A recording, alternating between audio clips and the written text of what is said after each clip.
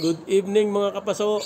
Ngayong gabi guys, ipapakita ko sa inyo yung aking dragon fruit na nag-bloom. Ang mga bulaklak.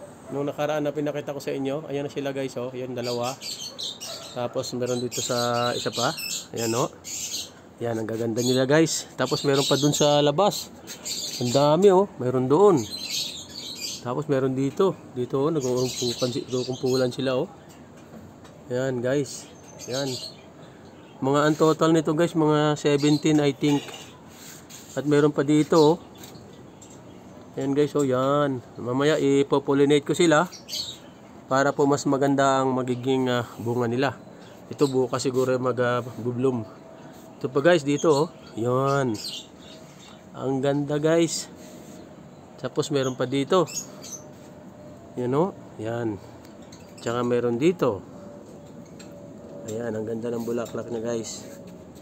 Alright, ang ganda. Tsaka meron pa dito sa labas. Dito banda. Meron dito, ayan, oh. Ayan sa labas, oh. Ayan. Medyo madilim lang. Ayan, oh. Ayan. Dito sa labas. Yun. Ayan, oh. Yun. Yan.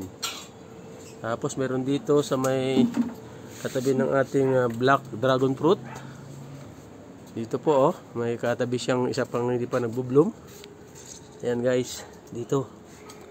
Ayan. Kita nyo guys, ayan. Tsaka doon sa labas, meron pa isa. Ayun, oh, yun. So marami sila guys. So kung nanonotice nyo guys, itong bulaklak na ito, bulaklak siya ng Moroccan red. At yan po ay self-fertile. Pero kung nanonotice nyo guys, yung kanyang stigma medyo malayo dito sa mga pollen niya dito. So kung wala tayong pollinators at medyo hindi gaano mahangin, gaya ngayon, may possible din guys na hindi siya mabubuo kung wala tayong pollinators. Tuloy sa mga farm na marami. Nasa rooftop tayo. Kaya ang ginagawa ko guys, ipopollinate natin yan. Kukuha tayo ng pollen dito at ilalagay natin doon. Pero yung self-pollinating kasi, itong mga source ng pollen dito, tsaka ito stigma niya, halos dikit.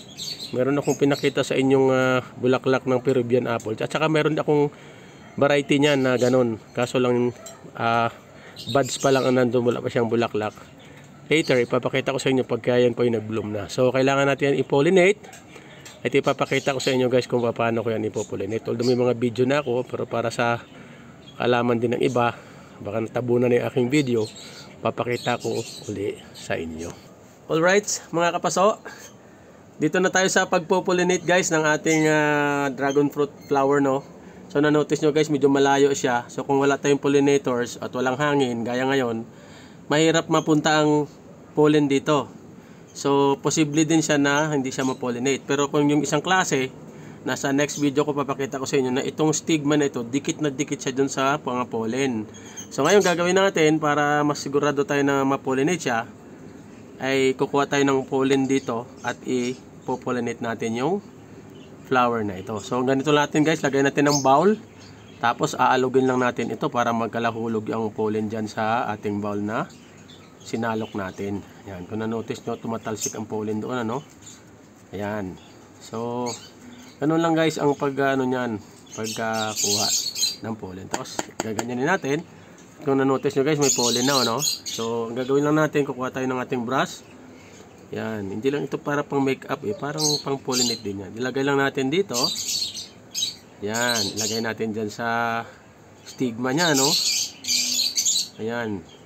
Saka, yan, i-brush natin na ganun. So, sa ganung paraan, sigurado tayo na ma-pollinate siya. Minsan kasi may mga bees din sa umaga, kaso lang medyo late, siguro naglalakwatsa sila paggabi, o kaya tulog. So, ayan guys. Yun po ang simple na pag-pollinate ng ating dragon fruit flower, ano? So, ayan, abangan nyo guys yung isang klase nito, na dikit, ganun siya. Yun, ang tawag naman nun ay self-pollinating. Ito naman, self-fertile. Ibig sabihin na self-fertile, sana explain ko na, yung pollen niya, pwedeng makapabuo ng bunga gamit yon sa pag-pollinate natin. Pero yung self-pollinating, fertile na rin yun automatic. Pagka nag-bloom siya, no need na ng human intervention kasi mas malapit sila doon. Pagbuka pa lang pagbloom pa lang ng bulaklak na yan, automatic makalahulog na ang pollen dito. So ito, magkaiba sila kasi malayo.